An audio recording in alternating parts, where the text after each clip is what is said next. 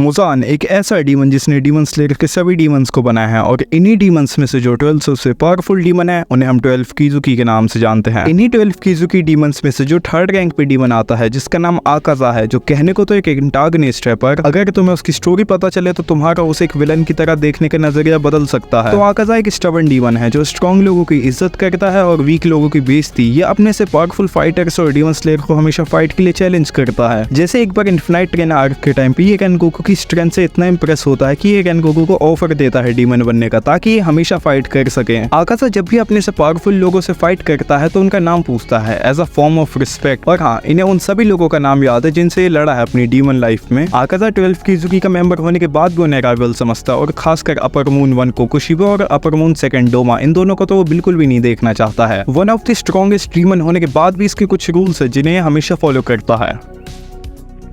मैं गुंडा हूँ मगर मेरे भी कुछ असूल है।